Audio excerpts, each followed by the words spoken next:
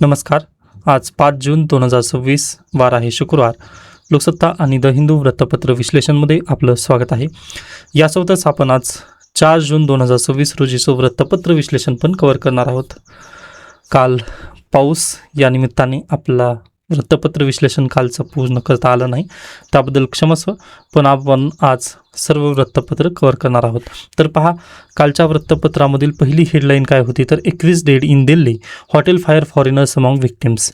Okay, तर पहा, दिल्लीतील एका हॉटेलमध्ये आग लागून 21 जणांचं तिथं निधन झालं. त्यामध्ये पहा 11 फॉरेनर्स होते. ओके, ही महत्त्वाची बातमी कधीची आहे, 4 जून रोजीची.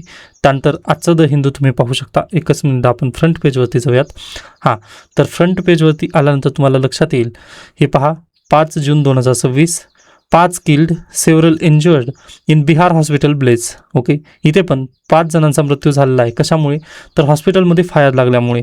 मग अगदीच फायर हा अतिशय महत्त्वाचा मुद्दा इथून येतो. व बॅकवर्ड लिंकेजेस काय आहे आपल्या सिलेबसमध्ये, तर disaster management. National building code 2016मध्ये अग्निसुरक्षेशी संबंधित प्रमुख नियम आणि तरतुदी देण्यात आलेले आहेत. पहा, भारतामध्ये NBC म्हणजे नॅशनल बिल्डिंग कोड 2016मध्ये आणण्यात आलं. व हे कशा संदर्भात, तर अग्निसुरक्षा संदर्भात. Okay, fire. ओके, मग आता हे जे नॅशनल बिल्डिंग कोड आहे हे कोणी आणलेलं आहे, तर bureau of Indian standards. Okay, BIS. आता तुम्ही कोणतंही इलेक्ट्रिक उपकरण घ्या, त्याच्या पाठीमागे दिलेलं असतं BIS अप्रूव्ड किंवा BISचं लायसन नंबर वगैरे तिथं दिलेलं असतं. हे का गरजेचं आहे, तर भारतीय नियामक संस्था आहे BIS. ओके, मग त्यांनी काय केलेलं आहे पहा, नॅशनल बिल्डिंग कोड 2016मध्ये आपल्याला दिलेला आहे. ओके, मग अगदीच हे गरजेचं आहे का आपला अभ्यास करणं, तर नक्कीच गरजेचं आहे. कारण यावेळी 2024मध्ये याबद्दल एक प्रश्न आलेला होता पहा, NBC नॅशनल बिल्डिंग कोड. व हे नॅशनल बिल्डिंग कोड देतं तर BIS. व BIS बद्दलचे UPSC प्रिलिमला पण प्रश्न आले, जसं की पंख्यावरती BIS नामांकन असतं का, तर बिलकुल यस. इलेक्ट्रिक वस्तू कोणतीही घ्या त्यामध्ये BIS नामांकन असतं म्हणजे असतं. ओके, यावरून UPSCने पण प्रश्न विचारले, त्यानिमित्ताने थोडंसं महत्त्वपूर्ण ठरतं. त्यासोबतच पहा, कालच्या लोकसत्तामध्ये त्यानंतर आजच्या लोकसत्तामध्ये याबद्दल आर्टिकल्स आलेले आहेत. व उद्या चालून द हिंदूमध्ये पण याबद्दल आर्टिकल येतील. यानंतर आपल्याला याला अभ्यासायचा आहे. तर पहा, नॅशनल बिल्डिंग कोड काय आहे 2016चा, तर ब्युरो ऑफ इंडियन स्टँडर्ड्स द्वारे जारी केलेल्या या कोडमधील भाग 4 मध्ये संपूर्णपणे अग्निसुरक्षा आणि जीवन सुरक्षा या विषयाला समर्पित करण्यात आलेला आहे. ओके, मग यामध्ये त्यांनी काय केले पहा, इमारतींचे वर्गीकरण केलेलं आहे. व यामध्ये पहा, त्यांनी फक्त इमारतीच्या वर्गीकरणासाठी काही चॅप्टर्स दिले. तर NBC अंतर्गत इमारतीच्या वापरानुसार त्यांचे 9 प्रमुख गटांत उपवर्गीकरण करण्यात आलेले आहे. यामध्ये रेसिडेन्शियल, एज्युकेशनल, इन्स्टिट्यूशनल आणि इंडस्ट्रीयल अशा इमारतींचा यामध्ये समावेश होतो. किती, 9 गटांमध्ये याचं विभागणी करण्यात आलेली आहे. व याचं महत्त्व काय आहे, तर इमारतीचा गट कोणता आहे यावर तिथे कोणत्या प्रकारच्या अग्निशमन यंत्रणा असावी हे ठरते. जसं की रुग्णालयासाठी वेगळी, त्यानंतर मॉलसाठी वेगळी आणि रेसिडेन्शियल एरिया असेल तर तिथे वेगळी. ओके, मग यालाच अनुसरून की स्ट्रक्चरल प्रोव्हिजन यामध्ये काही तयार करण्यात आले, ते पाहूयात आपण. तर इमारत बांधतानाच आगीचा धोका कमी करण्यासाठी खालील नियम पाळणे अनिवार्य करण्यात आले आहे NBC द्वारे. तर पहिला आहे फायर रेसिस्टंट कन्स्ट्रक्शन तिथं करायचं आहे.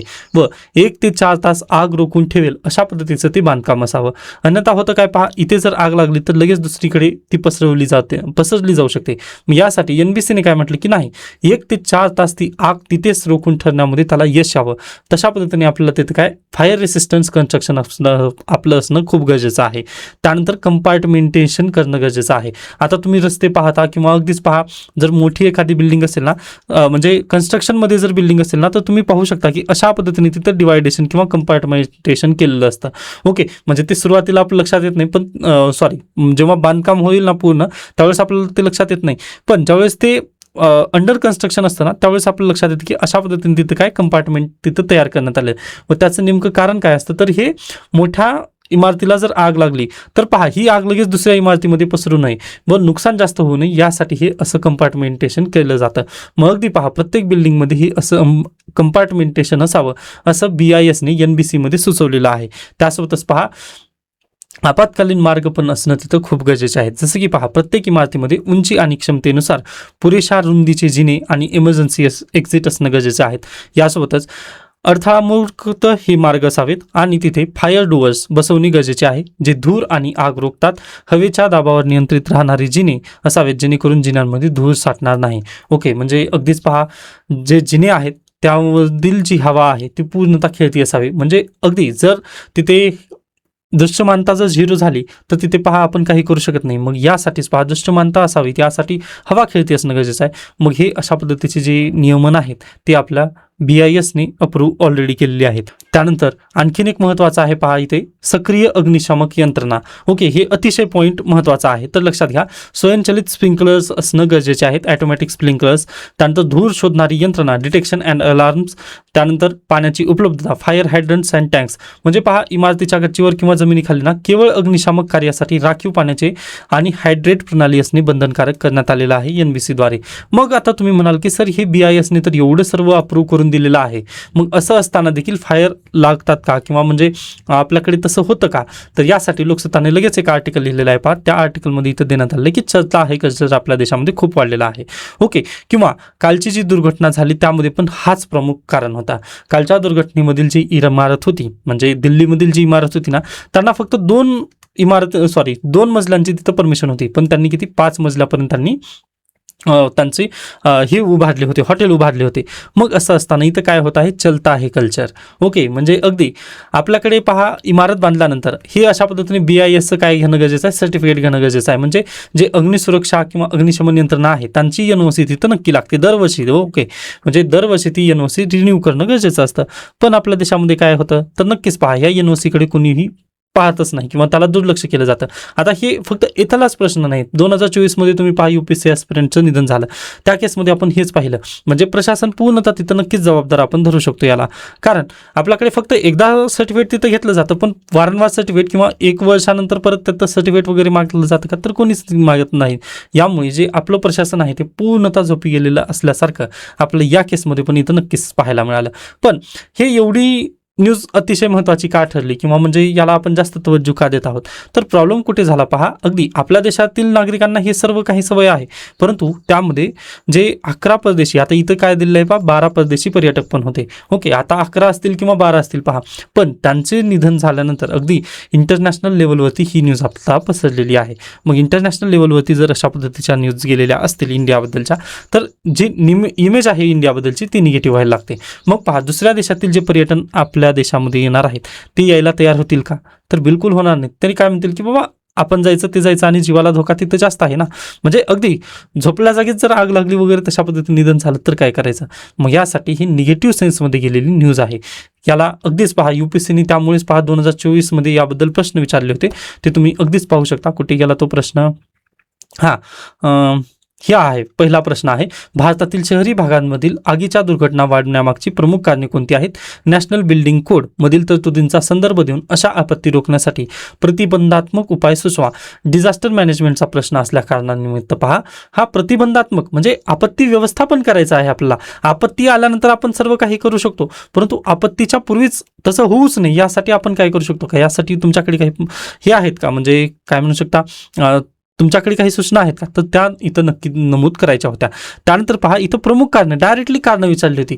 मग तुम्हाला आपत्ती म्हणजे काय हे सांगायचं नव्हतं तिथं, तर आपत्तीची कारणं काय आहेत किंवा आगीच्या दुर्घटनेची कारणं काय आहेत ते तुम्ही नक्की मला पण सांगू शकता, किंवा शक्य झालं ना तर तुम्ही हाच ॲन्सर लिहिण्याचा प्रयत्न करा. आता NBC मी तुम्हाला शिकवलेलं आहे, NBCच्या कोडमध्ये फक्त एवढं सांगितलं आहे पहा, जास्त काही टेक्निकॅलिटी वगैरे बोललेलं नाही आहे त्यांनी.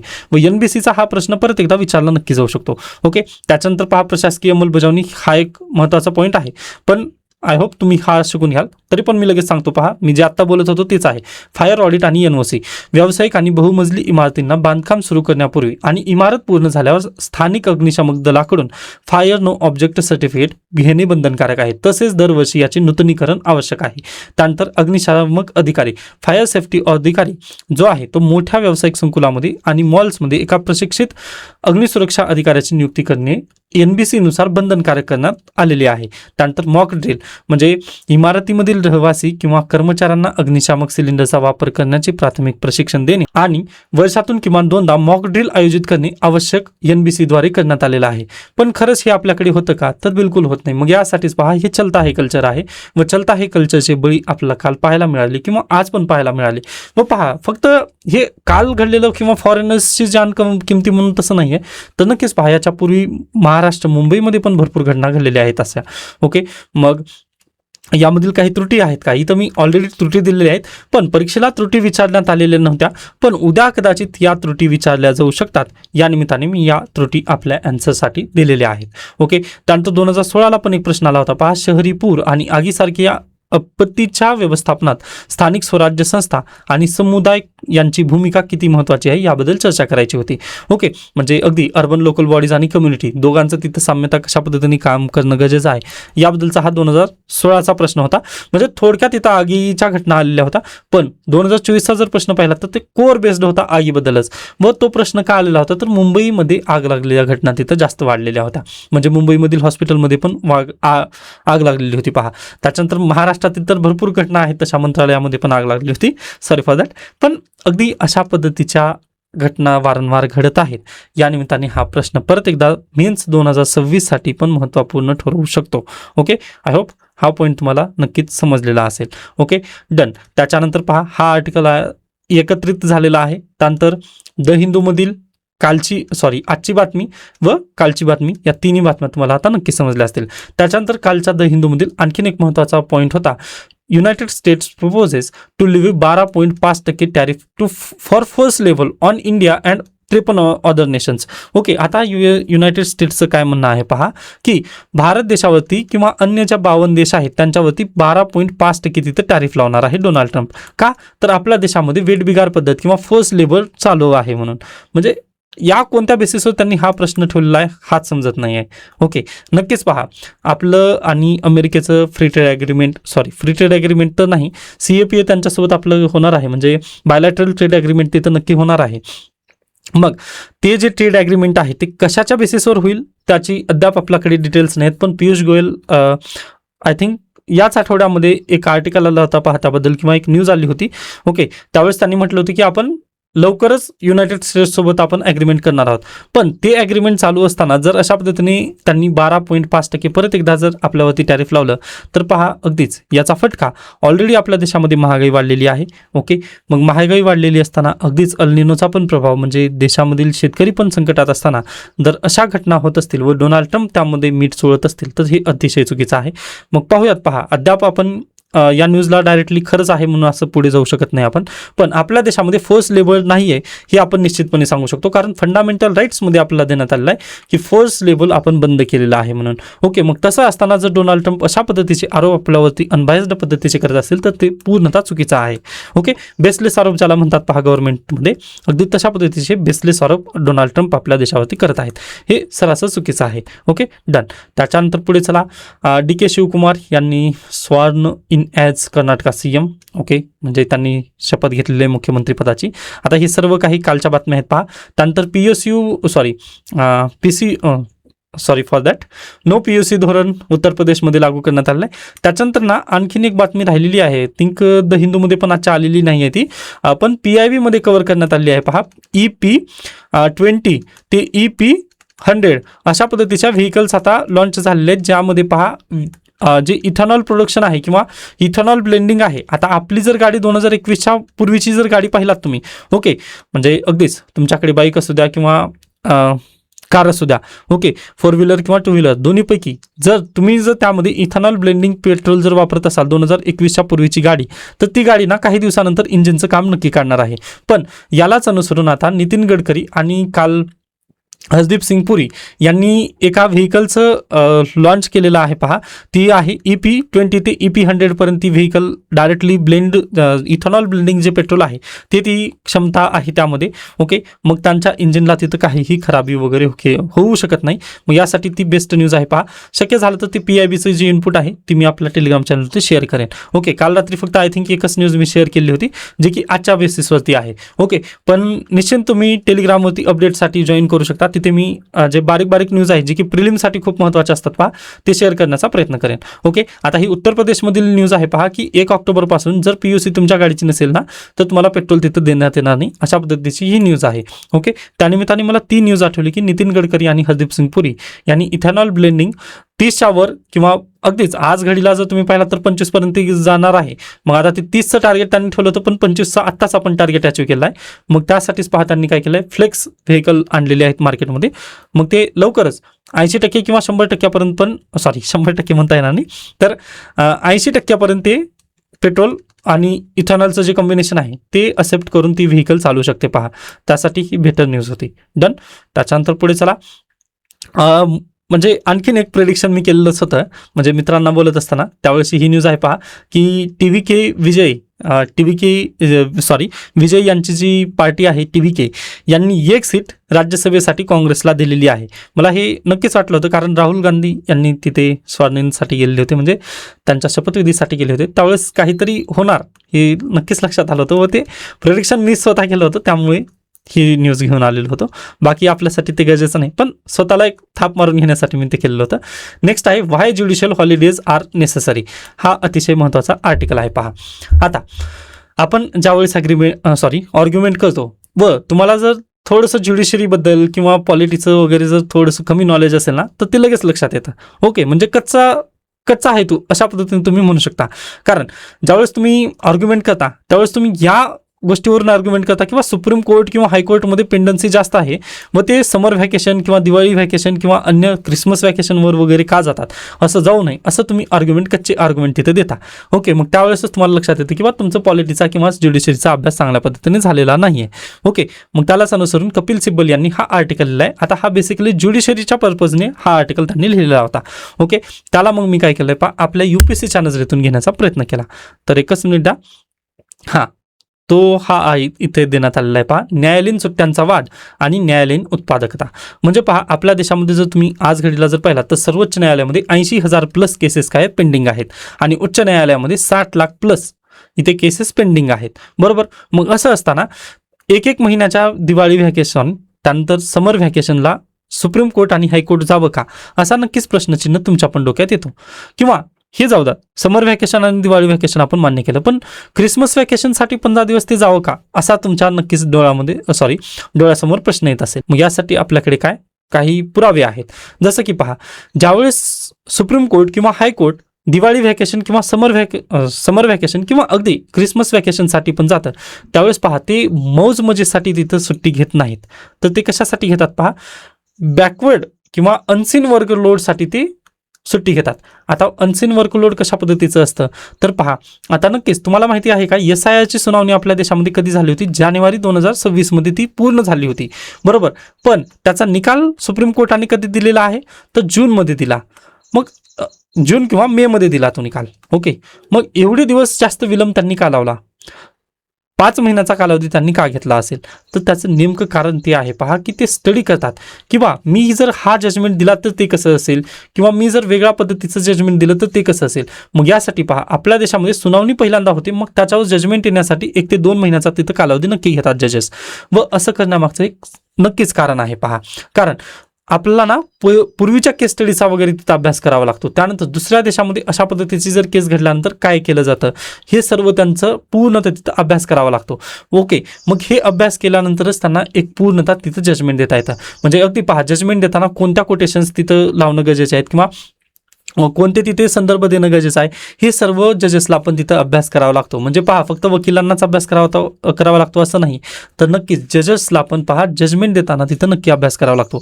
आपल्याकडे पहा, नानी पालखीवाला म्हणून आपलं अगदीच केशवानंद भारती खटला जो होता, त्या खटल्याला पूर्णतः प्रोसीड करण्याचं काम नानी पालखीवाला यांनीच केलं होतं. मग ती नानी पालखीवाला ज्यांनी जे काही शब्द बोलले होते ना तेच जजमेंटमध्ये आलेत पहा. केशवानंद भारतीचं जजमेंट जे तुम्ही पाहिलं तर त्यामध्ये पण तेच आहे, मिनर्वा मिल्स केस. ओके, ह्या केसेसमध्ये नानी पालखीवाल यांनी खूप चांगल्या पद्धतीने तिथं लढा दिलेला होता. ओके, त्यामुळे पहा, अगदी वकिलांचं पण काम नक्कीच आहे, पण जजेसचं काम खूप मोठं आहे. मग जजेसचं काम तशा पद्धतीने आहे किंवा त्यांना थोडंसं ब्रेन स्टॉर्मिंग करण्यासाठी वेळ लागतो. मग यासाठीच पहा आपल्याला काय त्यांना द्यावं लागतात, व्हॅकेशन द्यावं लागतात. मग यासाठी तुम्ही म्हणू शकता की बाबा आज घडीला जे ब्रिटिशांनी प्रोसिजर लावली होती, आता ब्रिटिशांनी ते त्यांच्या वकिलांसाठी किंवा त्यांच्या जजेससाठी ते दिलं होतं, परंतु त्याचा फायदा आपले जे जजेस आहेत ना ते ब्रेन स्टॉर्मिंगसाठी वगैरे करतात. हे तुम्ही पॉईंट तिथं नक्की लक्षात ठेवा. त्याच्यानंतर पूर्वतयारी, न्यायालयीन वेळेपलीकडील काम मी म्हटलं. त्यानंतर प्री हिअरिंग त्यांची जी प्रोसिजर आहे ती करावी लागते त्यांना. त्यानंतर सुट्ट्यांचा खरा वापर पहा.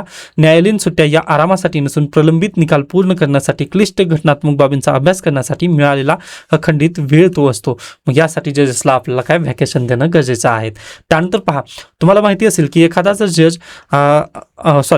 वकील जर जज बनत असेल तर तो खूप मोठ्या किमतीला तिथं किंवा खूप मोठ्या आर्थिक तो नुकसान स्वतःचं करून घेत असतो.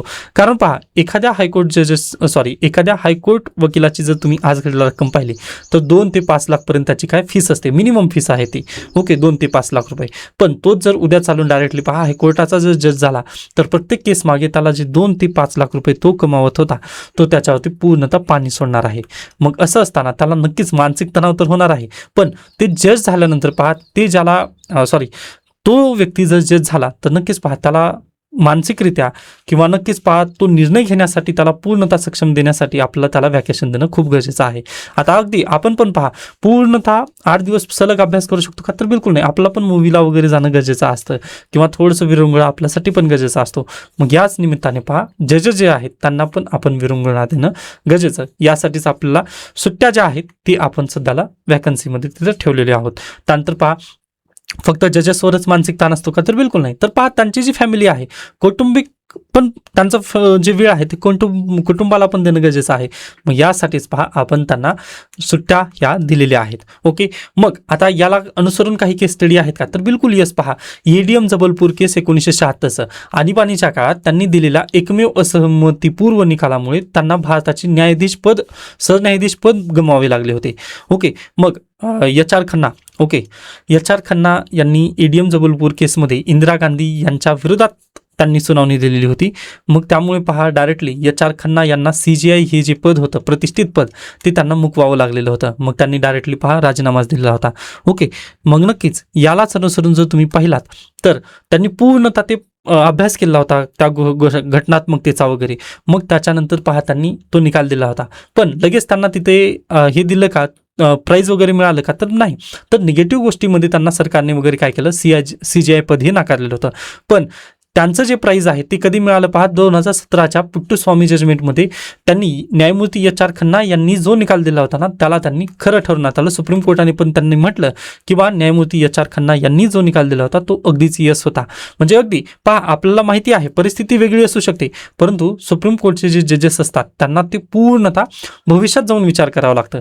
मग असं विचार करण्यासाठी पण आपल्याला काय लागतं पहा, तिथं त्यांना वेळ द्यावा लागतो, स्वतंत्र वेळ द्यावा लागतो त्यांना. म्हणजे जर आपण डिस्टर्ब केलं तर कदाचित पहा एक खटला किंवा काय म्हणू शकता एका निर्णयाचा फटका पूर्ण देशावरती पडू शकतो. मग यासाठीच पहा हे अशा पद्धतीचे केसेस किंवा न्यायमूर्तींना आपण सुट्टी देणं गरजेचं आहे, हे तुम्ही तिथं नक्कीच म्हणू शकता. त्याच्यानंतर माजी सरन्यायाधीश DY चंद्रचूड यांचं पण तुम्ही उदाहरण देऊ शकता. त्यांच्या 8 वर्षाच्या कार्यकाळात 600पेक्षा जास्त निकाल आणि 1200पेक्षा जास्त खंडपीठांचे सदस्यत्व, जे अफाट बौद्धिक क्षमतेचे कर्तव्य त्यांनी घडवून आणले होतं. म्हणजे अगदीच सुट्टी दिलं म्हणजे असं नाही की ते फक्त बंकच मारतील, पण पहा सुट्टी दिलं म्हणून त्यांची कार्यक्षमता नक्की वाढते. व कार्यक्षमता वाढल्याचं उदाहरण बेस्ट आहे माजी सरन्यायाधीश DY चंद्रचूड यांचं. आय होप हा पॉईंट तुम्ही नक्की लक्षात ठेवाल. व जर अशा पद्धतीने केस स्टडी DY चंद्रचूड यांची लिहिलात ना तर मोर दॅन सफिशियंट आहे, तुम्हाला चांगले मार्क तिथं नक्की मिळून जातील. ओके, मग आता अगदीच हे तर आकडेवारी तुम्हाला लक्षात ठेवायचीच आहे की बाबा 80,000 जे केसेस आहेत ते पेंडन्सी आहे सुप्रीम कोर्टाची आणि 60 लाखची केसेसची पेंडन्सी आहे ती हायकोर्टाची. असं असताना देखील आपण सुट्टी देणं त्यांना गरजेचं आहे. हाच पॉईंट तुम्ही तिथं मांडायचा आहे. मग आता अगदीच याला जर अनुसरून इथं जिल्हा न्यायालयाचं पण आलेलं आहे पहा 3.9 कोटी इथं किंवा 39 मिलियन मध्ये ही केसेसची संख्या आहे. ओके, पण मला काय म्हणायचं आहे, हे झालं ज्युडिशरीबद्दल. म्हणजे कपिल सिब्बल यांनी ज्युडिशरीचा प्रो हा आर्टिकल लिहिलेला होता व हे जो डाटा आहे तो मी नॅशनल डाटा ग्रिड म्हणजे ज्युडिशरीच्याच वेबसाईटवरून घेतलेला हा डाटा आहे, त्यामुळे तुम्ही प्लीज तो पॉईंट लक्षात ठेवा. त्याच्यानंतर आता पहा इथं उपाययोजना पण आपण काही दिलेल्या आहेत. तर पहा नक्कीच आर्ग्युमेंट काय होती, तर बौद्धिक थकवा त्यांना येतो किंवा प्रलंबित निकालांचे लेखन त्यांना करावं लागतं. म्हणजे अगदीच हा निकाल दिला जर त्याचं इम्पॅक्ट काय होईल ही त्यांना म्हणजे जजेसला काय करावं लागतं तर अभ्यासावं लागतं. मग यासाठी त्यांना व्हॅकन्सी पाहिजे असं आपण म्हटलेलं होतं. बरोबर आहे. मग आता मी त्याला काय उपाययोजना दिलेत, तर उपाययोजना लक्षात घ्या. तर सर्वोच्च न्यायालयाच्या थॉट्स किंवा रिफॉर्म्स यासाठी भारताच्या विधी आयोगाने सुट्ट्यांचे नियोजन अशा प्रकारे करण्याची शिफारस केली आहे जेणेकरून न्यायालयाची कामकाज वर्षात किमान 220 ते 250 दिवस चालेल. ओके. त्यानंतर रोटेशन पद्धत, म्हणजे सर्व न्यायाधीश एकाच वेळी सुट्टीवर न जाता रोटेशन पद्धतीने खंडपीठे कार्य ठेवली जाऊ शकतात, जसे की व्हॅकेशन बेंच असते. ओके. एक बेंच दरवेळेस बसतेच पहा, व्हॅकेशन बेंच. म्हणजे पूर्ण सुप्रीम कोर्ट किंवा हायकोर्ट बंद ठेवण्यापेक्षा एखादी व्हॅकेशन बेंच तिथं असेल तर ते नक्की चालू शकतं. आता आज घडीला आपण ते चालू आहे, त्यानिमित्ताने हा आय होप तुम्हाला पॉईंट समजला असेल. त्याच्यानंतर पहा, परीक्षेत कारणं विचारलं जात नाहीत, पण तुम्हाला कारणं जर विचारलीच तर तुम्हाला हा पॉईंट लक्षात असावा. मी याच्या पूर्वी पण म्हटलंय की अगदीच ज्युडिशरीमध्ये व्हॅकन्सी भरपूर आहेत. त्यानंतर पहा, पायाभूत सुविधांचा अभाव आहे. त्यानंतर शासकीय खटले, हे अतिशय महत्त्वाचं पॉईंट आहे. पहा, तुमचं जे कम्पिटिटर असेल ना तो हाच पॉईंट लिहेल, पहिल्यांदा हाच पॉईंट लिहेल, पण तुम्ही हे शेवटी लिहायचं आहे. कारण पहा, एकूण प्रलंबित खटल्यांपैकी जवळपास 46% खटल्यांमध्ये सरकार स्वतः एक पक्षकार आहे. त्यामुळे न्यायालयांवर नको असलेला ताण पडतो आहे. बरोबर. 46% खटल्यांमध्ये सरकारच तिथं दावा करतं. मग यासाठी पहा, प्रॉब्लेम असा आहे की जे केसेस आहेत त्यामध्ये वाढ कमी करण्याची जर असेल, सुप्रीम कोर्टामध्ये पेंडन्सी जर कमी करायची असेल ना, तर आपल्याला काय करावं लागेल, पार्लिमेंटचं जे डिबेट आहे किंवा पार्लिमेंटचे जे हार आहेत ना ते वाढवावे लागतील. पार्लिमेंटची जर तुम्ही उत्पादकता वाढवली तर सुप्रीम कोर्टामधील जे पेंडन्सी आहे ती नक्कीच कमी होणार आहे. कारण इथे किती सरकारचे खटले किती, 46% खटले आहेत. मग हे काम कोणी करू शकतं, पहा, पार्लिमेंट नक्कीच करू शकतं.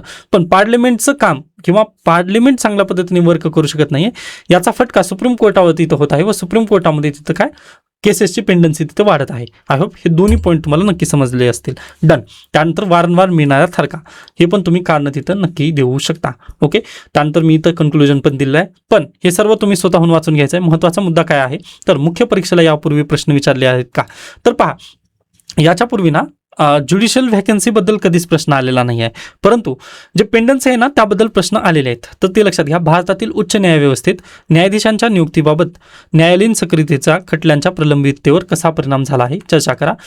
हा प्रश्न 10 मार्कसाठी 150 शब्द तुम्हाला लिहायचे होते. त्यानंतर 2014ला पण एक प्रश्न आला होता. भारतातील न्यायालये अत्यंत संत गतीने काम करतात आणि मोठ्या प्रमाणात खटले प्रलंबित आहेत अशी सर्वसामान्य धारणा आहे. या परिस्थितीला कारणीभूत असणाऱ्या घटकांचे विश्लेषण करा आणि न्यायालयीन कार्यक्षमता सुधारण्यासाठी उपाय सुचवा. हा पण प्रश्न 12.5 मार्क, म्हणजे त्यावेळेचं पॅटर्न वेगळं होतं, पण आता 12.5 मार्काचे प्रश्न येत नाही आहेत, तर 10 मार्क आणि 15 मार्क असेच प्रश्न तिथं येत आहेत. ओके. त्यानिमित्ताने शक्य झालं तर हे दोन्ही प्रश्न तुम्ही सोडवण्याचा प्रयत्न करू शकता, किंवा मी जे आत्ता तुम्हाला पॉईंट सांगितलंय, न्यायालयीन सुट्ट्या म्हणजे ज्युडिशियल ब्रेक्स हे केवळ आरामाचे दिवस नसून न्यायदानाच्या गुणवत्तेसाठी आवश्यक असणारी बौद्धिक पूर्वतयारी असते. या विधानाच्या प्रकाशात भारतीय न्यायव्यवस्थेतील खटल्यांच्या प्रलंबिततेच्या समस्येवर चर्चा करा आणि न्यायालयीन उत्पादकता वाढवण्यासाठी उपाय सुचवा. गुण आहेत 10 आणि मर्यादा आहे 150. ओके. नक्कीच तुम्ही या तिन्हीपैकी एखादा प्रश्न आजचं लिहू शकता. ओके. डन. तर आय होप हे समजलं असेल. त्यानंतर उत्तरलेखनाची भीती घालवण्यासाठी ती बॅच वगैरे चालू, त्याबद्दल जाऊ द्यात, सेल्फ प्रमोशन नको. तर आय होप तो पॉईंट सर्व तुम्हाला समजला असेल. त्याच्यानंतर आजच्या द हिंदूकडे आपण येऊयात. कुठे गेला आजचा द हिंदू? हां, नेक्स्ट आहे पहा, government body flag Nicobar port lag strategic goals. पहा, 2022 मध्ये आणि 2024 मध्ये 2022 पासून ग्रेट निकोबार प्रोजेक्टची चर्चा इकडे तिकडे चालू आहे. पहा, मग 2022 पासूनच आपले जे RTI ॲक्टिव्हिस्ट आहेत ते ग्रेट निकोबार प्रोजेक्टसाठी RTI टाकत आहेत.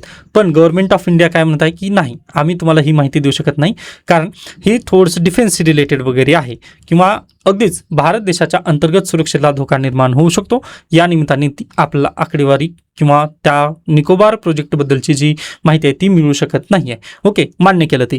त्याच्यानंतर पहा, 2024 मध्ये जे PIB असतं, पब्लिक इन्व्हेस्टमेंट बोर्ड, जे की फायनान्स मिनिस्ट्रीच्या अंतर्गत येतं. पहा, पब्लिक इन्व्हेस्टमेंट बोर्ड जे की फायनान्स मिनिस्ट्रीच्या अंतर्गत येतं, त्यांनी 2024 मध्ये काय दर्शवलं पहा, आता अगदीच ग्रेट निकोबार प्रोजेक्टमध्ये काय आहे, एक पोर्ट बांधणार आहोत आपण.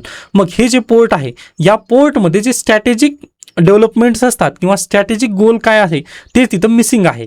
ओके, म्हणजे जे अगदीच आपलं जे काय म्हणू शकता ट्रेड मिनिस्ट्री आहे त्याच्या अंतर्गत जे पोर्ट्स तिथं बांधण्यात येणार आहेत, ते पोर्ट्सबद्दल ना तिथे काहीच माहिती नाही आहे, किंवा ग्रेट निकोबार पोर्ट जे आहे ते आपलं का गरजेचं आहे याबद्दल तिथं मौन देण्यात आलेलं होतं. 2024 मध्येच ही बातमी पुढे आली होती, पण पहा त्या बातमीला पुढे कोणी आणलंच नाही. या निमित्ताने तो तसंच धूळ खाती तिथं फाईल पडलेली होती. त्याच्यानंतर पहा 2026 मध्ये किंवा 2025 मध्ये पुढे जाऊन डिफेन्स मिनिस्ट्रीने काय म्हटलं पहा की नाही, हे आमच्यासाठी स्ट्रॅटेजिक लोकेशन असणार आहे व स्ट्रॅटेजिक मिशन असणार आहे, यासाठी तुम्ही आम्हाला परमिशन द्या असं म्हणत पहा परत एकदा याला रिन्यू करण्यात आलं आहे. सॉरी 2025 नाही तर ते मार्च 2026 मध्ये मिनिस्ट्री ऑफ डिफेन्सने याला काय दिलं पहा, स्ट्रॅटेजिक प्रोजेक्ट असा त्याला दर्जा देऊन हे परत एकदा ग्रेट निकोबार प्रोजेक्ट रिवाईव्ह करण्याचं काम तिथं केलेलं आहे. मग यावरून आता प्रश्न असे तयार होत आहेत पहा की गव्हर्नमेंट ऑफ इंडियाची जी मिनिस्ट्री ऑफ फायनान्स आहे यांनी पहिल्यांदा याला निगेटिव्ह साईन दिलेलं असताना, त्यानंतर RTI मध्ये पण याची जी डिटेल्स आहेत ती आपल्याला प्राप्त होत नसताना मग आपण डिफेन्स सेक्टरची साईड घेत ह्या प्रोजेक्टला पुढे नेत आहोत की काय, असा इथं प्रश्नचिन्ह उदयास येत आहे. मग नक्कीच पहा ही न्यूज इन प्रोसेस आहे, थोडंसं थांबा, 1-2 दिवसामध्ये याबद्दल नक्कीच आर्टिकल भरभरून येणार आहेत, त्याच्यानंतर आपण याबद्दल चर्चा करूयात. पण आज पर्यावरण दिन आहे पहा, पर्यावरण दिन निमित्त जर आपण ग्रेट निकोबार प्रोजेक्टला जर नक्कीच इथं चालना दिली व ग्रेट निकोबार प्रोजेक्ट जर आपण उदयास आणला आपल्या देशामध्ये तर एकीकडे पहा डेव्हलपमेंट नक्की होईल, पण त्याचा ऱ्हास जो आहे तो जास्त होणार आहे. दीर्घकालीन ऱ्हास तिथं नक्कीच होईल पहा, तिथं पर्यटन वाढेल, पर्यटन वाढल्यानंतर पहा अगदीच काय होईल तर याचं तुम्हाला जिवंत उदाहरण आजच्या लोकसत्तामध्ये दिसेल की पर्यावरण संवर्धनाची लक्तरे आपण कशा पद्धतीने काढत आहोत हे तुम्हाला लगेच लक्षात येईल की जंगलाचा राजा तोंडात शिकार नव्हे तर प्लास्टिक वाहून नेत आहे. हे अतिशय दुर्दैव आहे पहा, आज पर्यावरण दिन आपण सर्वजण साजरा करत आहोत, पण खऱ्या अर्थाने आपण पर्यावरणाची काळजी घेत आहोत का, हा नक्कीच मानवतेवर प्रश्नचिन्ह आहे. ओके, आय होप तुम्ही याबद्दल थोडंसं विचार नक्की कराल. पर्यटनासाठी जेव्हा जाल त्यावेळेस प्लास्टिकचा वापर तुम्ही करणार नाही, हे एक नक्कीच स्वतःसोबत एक प्रण घ्याल तुम्ही. नेक्स्ट आहे पेपरफुटीचा आणखीन एक बळी, म्हणजे नक्कीच आपण याबद्दल निशब्द होऊ, काही म्हणजे बोलण्यासारखं नाही आहे, कारण आपण पण त्याची बळी नक्कीच आहोत पहा. UPSC असू द्या किंवा MPSC असू द्या, आता MPSCची कार्यप्रणाली नक्कीच सुधारलेली आहे, पण UPSC बद्दल जर बोलायचं म्हटलं तर म्हणजे वारंवार मी बोलू इच्छित नाही त्याबद्दल, पण पहा एक अकाउंटेबिलिटी असणं गरजेचं आहे. PYQचा संदर्भ नक्कीच मी पण मान्य करतो पहा, हिस्ट्रीचे काही प्रश्न आले होते, पण असं नाही आहे की ते सर्वच काही प्रश्न आले होते. त्यानंतर पहा लक्ष्मीकांत तुम्ही सगळंच वाचून जाता, पण 395 आर्टिकल वगैरे त्यानंतर अशा पद्धतीचे शेवटचे आर्टिकल तुम्ही वाचले नाहीत, मग हे थोडंसं चुकतं पहा. नक्कीच त्यांनी शेड्यूलवरती प्रश्न विचारायला पाहिजे होते, अन्य गोष्टींवरती प्रश्न विचारला पाहिजे, पण पॅटर्न बदलायचं या नावाखाली तुम्ही काही पण विचारणं हे नक्कीच चुकतं पहा तिथे. ओके, मग नक्कीच पहा प्रशासन किंवा एक अकाउंटेबिलिटी असणं खूप गरजेचं आहे. म्हणजे तुम्ही तिन्ही आर्टिकल पहा, तुम्ही तिन्ही न्यूज पहा, तिथे प्रशासन अकाउंटेबल दिसत नाही आहे. ओके, मग याला कुठेतरी नक्कीच आपण पण कारणीभूत आहोत. आय होप तुम्हाला मला जे काही बोलायचं आहे ते समजून आलं असेल. त्यानंतर इथे पण पहा घोटाळेबाज, खरंच खूप हे होतं, म्हणजे एक शायरी आहे पहा की तुम्ही न्यूजपेपर वाचत नाही ना ते खूप बेटर आहे, कारण न्यूजपेपर जर वाचलात ना तर अशा पद्धतीने सकाळीच निगेटिव्ह न्यूज वगैरे तुम्हाला दिसतात. ओके, पण ठीक आहे, वाचल्यानंतर आपल्याला समजतं की बाबा काहीतरी पॉझिटिव्हिटीची एक लाट घेऊन आपण पुढे जाण्याचा प्रयत्न करूयात. नेक्स्ट आहे केरळमध्ये मोसमी पाऊस दाखल झालेला आहे, 2 ते 3 दिवसात महाराष्ट्रामध्ये नक्कीच दाखल होईल. त्यानंतर डॉक्टर जयसिंगराव पवार यांना मरणोत्तर राजश्री शाहू महाराज पुरस्कार जाहीर झालेला आहे. ओके, हा पण पॉईंट लक्षात ठेवा. त्यानंतर पहा व्हेनेझुएलाकडून आपण आता तेल खरेदी करणार आहोत. नेक्स्ट आहे मंदावलेली गुंतवणूक चिंताजनक. आता आय थिंक ही न्यूज मी आता लक्षात येत नाही आहे, परंतु याला न्यूज इन प्रोसेसमध्ये या कॅटेगरीमध्ये ठेवा. 1 ते 2 दिवसामध्ये या न्यूजचं मी रेफरन्स परत एकदा सांगेन, म्हणजे आता मला बोलायचं होतं या न्यूजबद्दल पण आता तिला आठवत नाही आहे त्यानिमित्ताने. ओके, त्याच्यानंतर पुढे चला. नेक्स्ट आहे पहा राज्यात सावकारीचा विळखा घट्ट, विदर्भ मराठवाड्यात स्थिती गंभीर, सरकारी नियम कागदावरच. हां, या न्यूजला अनुसरून ना मला आणखीन एक इथे सांगायची न्यूज होती, एकच मिनिट पाहू द्या, मला ती हायलाईट केलं आहे का मी. ओके, किंवा ती परवा दिवशीची होती, शेतकरी कर्जमाफी झाली याबद्दलची ती न्यूज होती पहा, त्यानिमित्ताने ही बातमी आहे. तर एव्हिएशन फ्युलसाठीचं जे हे आहे काय म्हणू शकता, ज्या कंपनी आहेत ना त्यांच्यावरचं जे लिवय होतं ते गव्हर्नमेंट ऑफ इंडियाने कमी केलेलं आहे. व दुसरीकडे तुम्ही त्याच दिवशी पाहिला असाल की कर्जमाफी झाली त्याच्या विरोधात पॉईंट आलेला होता. मग थोडक्यात मला सांगायचं होतं पहा की ज्या पद्धतीने तुम्ही जे इंटरनॅशनल एअरवेज किंवा म्हणजे फ्लाईट कंपनी आहेत त्यांना तुम्ही 10,000 कोटीचं तिथं रिव्हाइव देत आहात ना, अगदी तशाच पद्धतीने शेतकऱ्यांसाठी पण ते गरजेचं होतं. ओके, त्यानिमित्ताने मी शेतकरी कर्जमाफी यासाठी ते पॉझिटिव्हली आहे, पण प्रॉब्लेम असा आहे पहा त्यामध्ये पण नियमन करण्यात आलं आहे. आय थिंक कालच्या लोकसत्तामध्ये ती बातमी आली होती की त्यामध्ये काही अटी अशा पद्धतीने टाकलेल्या आहेत ज्यामुळे शेतकऱ्यांचा तिथं लॉस होणार आहे. ओके, आता नक्कीच त्याबद्दल पण आर्टिकल येतील पहा लोकसत्तामध्ये, त्यावेळेस आपण नक्कीच त्याबद्दल चर्चा करणार आहोत. ओके, त्यानंतर अन्य काही आर्टिकल्स वगैरे महत्त्वाचे नाही आहेत पहा. ओके, आता वृक्ष लागवडीसाठी वन खाते निधीच्या प्रतीक्षेत, हा पण इथं तुम्ही आर्टिकल पहा व द हिंदूमध्ये पण एक आर्टिकल समान आलेला आहे, त्याबद्दल थोडक्यात आपण चर्चा करूयात. Okay, the power of mangrove over sea walls हा एक आहे आर्टिकल, आणि national environment survey whose time came. Okay, हा आर्टिकल पहा थोडंसं ना सरकारला कटघऱ्यामध्ये घेणार आहे, त्यामुळे या आर्टिकलला तुम्ही स्वतःहून वाचून घ्यायचा आहे. ओके, याला मी थोडंसं कमी करतोय, पण हा आर्टिकल मी लगेच डिस्कस करणार आहे. तर पहा, आपल्या देशाला जवळपास 11,000 किलोमीटरचा समुद्री किनारा लाभलेला आहे, बरोबर. मग या समुद्री किनारा लाभल्यानंतर अगदीच पहा दरवर्षी कुठून तरी चक्रीवादळ वगैरे आपलं धडकतंच. मग चक्रीवादळ धडकल्यानंतर नक्की आपला जे कोस्टल एरियाज आहेत ज्यामध्ये ओडिसा, आता ओडिसावरती लास्ट इयरला पहा सायक्लोन दाना धडकलेलं होतं. ओके, मग सायक्लोन दाना समुद्र किनाऱ्यावर धडकल्यानंतर पहा जवळपास 250 मिलियन पीपल यांच्यावरती लाईव्हलीहूडचा अफेक्ट झाला होता, बरोबर. मग लाईव्हलीहूड अफेक्ट झाल्यानंतर परत त्यांना रिवाईव्ह करण्यासाठी आपण काय केलं पहा, तिथं प्रोजेक्ट वगैरे बांधण्याचं काम चालू केलं. मग आता हा आर्टिकल त्या संदर्भातच आहे पहा, की आपल्या देशामध्ये पण पहा सायक्लोन एखादा जर धडकला तर आपण काय करतो पहा, तिथं परत इन्फ्रास्ट्रक्चर बांधण्याचा प्रयत्न करतो. व ते इन्फ्रास्ट्रक्चर कसं असतं, ग्रे स्वरूपाचं असतं, म्हणजे सिमेंटचा ते आपण बांधण्याचा प्रयत्न करतो. ओके, आता एकच मिनिट, याला आपण हा प्यारा भारत, इथं आहे ओडिसाची कोस्टलाईन, व अशा पद्धतीने इथं काय झालं पहा सायक्लोन दाना धडकलं की मग आपण इथं काय केली, एक अशा मोठ्या पद्धतीची सिमेंटची भिंत उभा केली.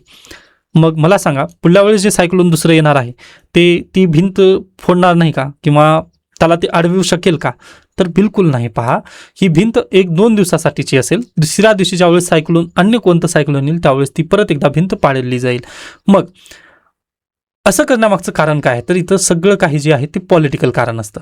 ओके, पॉलिटिकल पार्टीला पहा अगदी रातोरात काहीतरी आम्ही करून दाखवलेलं आहे आणि व्होट आम्हालाच द्या, या पद्धतीने हे इन्फ्रास्ट्रक्चर वगैरे इथं बिल्ड केलं जातं. मग यामध्ये पहा पैशांची भरपूर नासधूस इथं झाली आहे ओडिसामध्ये. पहा 2,641 कोटी त्यांनी रुपये बजेट यामध्ये त्यांनी खर्च केला मग सायक्लोन दानाला परत एकदा रिवाईव्ह करण्यासाठी. ओके, तर अशा पद्धतीची भिंत बांधणं किंवा अशा पद्धतीने प्रोटेक्शन तिथं लावण्यासाठी त्यांनी प्रयत्न केले, पण हे खरंच टिकतं का, तर टिकत नाही. पहा, मग याला उपाय तुम्ही देऊ शकता का, तर नक्कीच पहा. आता हे जे कोस्टल एरिया आहेत किंवा ग्रेट निकोबार जे आपण पाहत आहोत, आता अगदीच ग्रेट निकोबारमध्ये तर तिथं आपला मँग्रोव्ह देता येणार नाहीत, पण तुम्ही जर वेस्ट बेंगॉल त्यानंतर हे जे इंडियन कोस्टलाईन आहे तिथं जर तुम्ही पाहिलं तर मॅनग्रोव्ह तिथं आपल्यासाठी खूप महत्त्वपूर्ण मदत करणार आहे. ओके, मग दिस पहा मॅनग्रोव्ह हे याला एक जिवंत उदाहरण पण आपल्या देशामध्ये आहे. सुंदरबन येथे 18,000 महिलांनी पहा 4,600 हेक्टरचं मॅनग्रोव्ह त्यांनी रिवाईव्ह केलं. ओके, व अगदीच कमी पैशामध्ये ते रिवाईव्ह होऊ शकलं, पण त्याचा परतावा त्यांना ना अगदीच तिथे खेकड्यांचं त्यांनी संगोपन करू शकतात. आता तिथं त्यानंतर मधमाशा पालन जे आहे ते तिथं होऊ शकतं. मग या अनुषंगाने पहा त्यांचं तिथं इन्कमचे सोर्सेस त्यांना प्राप्त झालेले आहेत. पण जर एखाद्या पॉलिटिकल पार्टीने अशा पद्धतीने भिंत तयार केली किंवा केरळमध्ये पहा त्यांनी तशा पद्धतीने रस्ते वगैरे तयार केले होते, मग त्यामधून त्यांना काही साध्य झालं का, तर बिलकुल नाही. फक्त पैशाची तिथं नासाडी होते, पण त्यामधून तुम्हाला काहीच प्राप्त होत नाही. मग इथं लेखकाचं बेसिकली म्हणणं काय पहा, तर तुम्ही ग्रे प्रोजेक्टऐवजी ग्रीन प्रोजेक्टला तिथं हातभार लावा. ओके, ग्रीन प्रोजेक्ट तिथं तयार करा. ग्रीन प्रोजेक्ट तयार केला तिथे पहिल्यांदा पहा एका दिवसामधून हे होणार नाही, पण 1 ते 2 वर्षामध्ये हे ग्रीन प्रोजेक्ट तयार होतील. मग त्याच्यानंतर पहा तेथील ज्या महिला आहेत किंवा तेथील जे शेतकरी आहेत त्यांच्यासाठी हे लाईव्हलीहूड तिथं मिशन बनेल. ओके, मग यासाठी लेखकांचं म्हणणंच ते होतं पहा की त्यांनी सायक्लोन दानाचं उदाहरण घेत त्यांनी काय म्हटलं की कोस्टल एरियावरती जर तुम्ही पूल बांधत असाल किंवा इन्फ्रास्ट्रक्चर तशा पद्धतीने जर उभा करत असाल तर ते बिलकुल कामाचं होणार नाही, कारण 1 ते 2 पावसामध्ये ते परत एकदा डिस्ट्रॉय होणार आहे. त्याऐवजी तुम्ही मॅनग्रोव्ह किंवा नॅचरल किंवा ग्रीन प्रोजेक्टला तिथं सहमती द्या, जेणेकरून तुम्हाला तिथं नक्कीच युगे ते प्रोजेक्ट वगैरे राहतील व त्याचा फायदा तेथील जे शेतकरी आहेत किंवा तेथील ज्या महिला आहेत त्यांना नक्की होईल, असं लेखकांचं इथं बेसिकली म्हणणं आहे. मग यासाठीच पहा वर्ल्ड एन्व्हायरमेंट डे या निमित्ताने हा आर्टिकल होता. ओके, मग आता याला पुढे घेऊन जायचं जर म्हटलं तर गव्हर्नमेंट फंड देईल का, हाच तिथं नक्कीच मोठा प्रश्न आहे. कारण आपल्या देशामध्ये एक तर डेफिनेशन्स नाही आहेत, त्यानंतर ग्रे प्रोजेक्ट आणि ग्रीन प्रोजेक्ट यामध्ये जी तफावत आहे त्याला पण तिथे जास्त हे देण्यात आलं नाही, म्हणजे डिफाईन करून योग्य पद्धतीने फंडिंग दिलेली नाही आहे. कारण तुम्ही हे पाहिलात ना, वृक्ष लागवडीसाठी वन खाते निधीच्या प्रतीक्षेत, म्हणजे आपल्याकडे ना ग्रीन प्रोजेक्टसाठी कधीच आपल्याकडे फंडिंग वगैरे दिली जात नाही. हे एक शोकांतिका आहे. कारण पहा जे पॉलिटिकल पार्टी आहेत त्या इन्स्टंट रिझल्टवरती काम करतात. म्हणजे आज काम केलं ना तर उद्या मला ती व्यक्ती व्होट द्यावं असं त्यांची अपेक्षा असते. पण ते जोपर्यंत तुम्ही त्या दृष्टिकोनातून राहाल ना तोपर्यंत अगदीच पहा, ग्रीन प्रोजेक्टसाठी कोणीही फंडिंग वगैरे तिथे देणार नाही. मग यासाठी आपला व्हिजन जास्त लागेल. व्हिजन जर मोठं असेल ना तर नक्कीच हे सर्व काही केलं जाऊ शकेल. पण व्हिजन सध्याला नाही आहे. या निमित्ताने थोडंसं निगेटिव्ह जरी असलं तरी पॉईंट्स तुम्हाला आय होप लक्षात आले असतील. तुम्ही नक्कीच याचा वापर कोणत्याही आर्टिकलमध्ये नक्की करू शकता. ओके, त्याच्यानंतर आणखीन एक आर्टिकल आलेलं आहे, a framework for climate development capital. Okay, हा शक्य झालं तर तुम्ही आर्टिकल वाचून घेऊ शकता. बाकीचा हा आर्टिकल अल निनोबद्दलचा आहे. आय थिंक आपण अल निनोबद्दल भरपूर चर्चा केली आहे. त्यानिमित्ताने या आर्टिकलला वाचण्याची आता आवश्यकता वाटणार नाही. पण जर तुमच्याकडे वेळ असेल तर तुम्ही हा आर्टिकल नक्कीच वाचून घेऊ शकता. त्याच्यानंतर जे ॲन्सर रायटिंगचे विद्यार्थी आहेत त्यांच्यासाठी महत्त्वाचा पॉईंट आहे, हा आर्टिकल तुम्ही वाचून याचं 1/4 आज करून दाखवायचं आहे मला. ओके, 1/4 याचं करायचं आहे. आणि शक्य झालं तर या दोन्हीपैकी एकाचं ॲन्सर सरावासाठी प्रश्न मी इथं दिलेले आहेत. म्हणजे सरावासाठीच्या प्रश्नांबद्दल तुम्ही उत्तर लिहिण्याचा प्रयत्न करा. ज्यांचं सिलेबस झालं आहे तुम्ही या प्रश्नांना पण पाहू शकता. ओके, इथं थांबूयात. याबद्दल काही त्यानंतर आणखीन एक महत्त्वाची सूचना, प्लीज PDF टेलिग्रामवरतीच मला सेंड करा. ओके, धन्यवाद.